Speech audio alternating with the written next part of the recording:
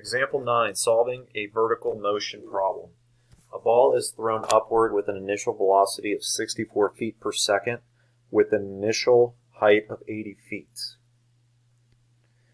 A. Find the position function given the height s as a function of time t. When does the ball hit the ground?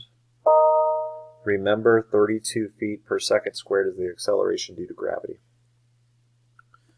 Alright, so find the position function of the given height, s, as a function of time t. So first of all, we're going to start with trying to find the position function.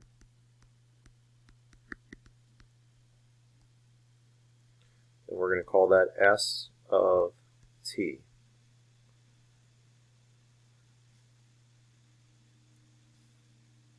Okay. And we're going to work backwards because we don't really have anything about that. We do know that a ball is thrown upward with an initial velocity of 64 feet per second from an initial height of 80 feet.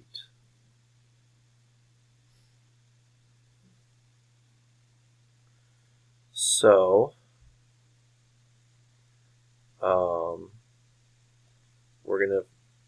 this problem is going to involve a velocity function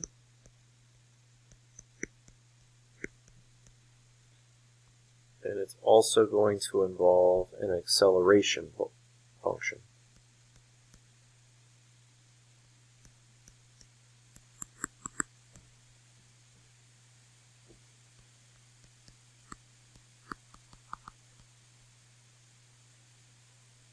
Okay. If we took the derivative of the position function, we would get the velocity function. And if we would take the derivative of the velocity function, we would get the acceleration. And we know that the acceleration function is 32 feet per second. So what we can do, we can take the integral of the acceleration function to figure out what the velocity function is. So I'm going to take the integral of s double prime of t dt, set that equal to the integral of 32 dt. So if I take the integral of the double derivative of s of t dt, that's going to be s prime of t plus c equals, if I take the derivative of 32, or I'm sorry, if I take the integral of 32 dt, that's going to be the 32t plus c. Now I know the initial velocity is 64 feet per second. So that means s prime of 0, that's the initial, equals 64. So I can plug that in here. So this would be s prime of 0 plus c equals 32 times 0 plus c. Now I'm going to say this is c sub 1 and c sub 2 because we don't know if those constants are the same or not. Now s prime of 0, that's 64,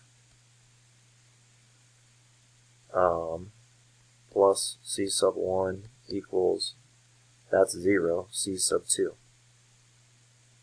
Now if I would subtract c sub 1 from both sides, I'm going to get 64 equals c sub 2 minus c sub 1. no matter what, a constant minus a constant is still going to be a constant. So now I'm getting c is equal to 64. So this s prime of t equals 32t plus c, and I can replace this c with 64. So now I've got the velocity function. S prime of t equals 32t plus 64. And now I start this process over again. If I want to find the position function, I'm going to take the integral of the derivative of s of t dt equals the integral of 32t plus 64 dt. If I take the integral of the derivative, that's going to undo that, so that's going to be s of t plus c sub 1 equals, this would end up being 32t squared divided by 2 plus 64t plus c sub 2. Then I can move this c sub 1 over here. So I'll subtract c sub 1 from both sides. So s of t equals, this is going to be 16t squared plus 64t. And c sub 2 minus c sub 1, those are both constants, so that's just going to be a constant. Now to figure out c, we know that the initial height,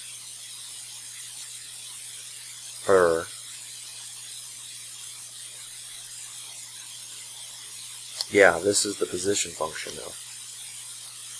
And we know that the initial height is 80 feet. So s of 0 equals 80 feet. Which means this is going to be equal to c. So I can plug this in here, and now I have the position function. S of t equals 16t squared plus 64t plus 80. That's the first part of this question. That's part A. Part B, when does the ball hit the ground? Alright, so we're going to use the position function.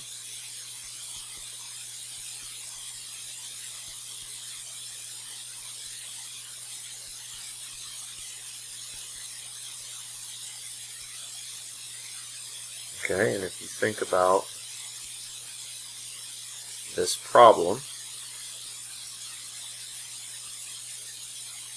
this is going to be a parabola. Looks something like this.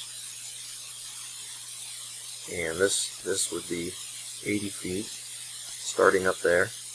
They want to know when does it hit the ground. So,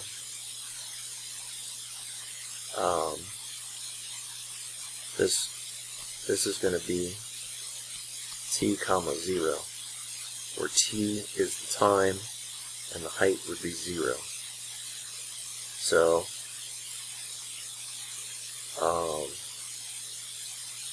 s of t is equal to 0 when t, we're trying to find t. So 0 equals 16t squared plus 64t plus 80. Okay, when does the ball hit the ground? Divide everything by 16. So 0 equals t squared plus 4t plus 5 Then factor this.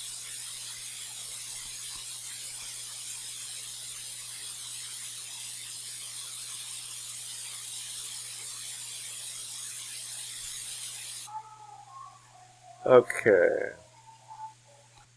Alright, I noticed I made a mistake here. Right here, I wrote down the acceleration function is 32. This should be negative 32. So there should be a negative here, negative here, negative here, negative here. So this should be negative 32t. This should be a negative 32t, negative, negative. So this would be a negative 16. This would be a negative 16. And then this would be a negative 16.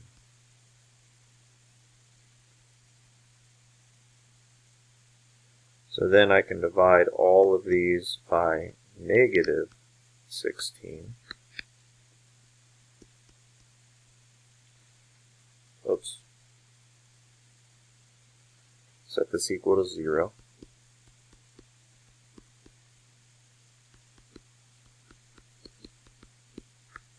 Then divide all of these by negative 16.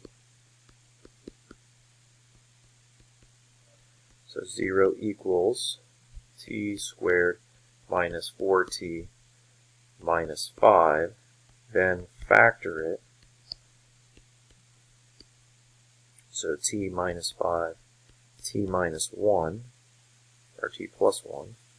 So t is equal to 5, or t is equal to negative 1. Negative 1, since we're talking about time, doesn't come into play. So 5 seconds would be our answer.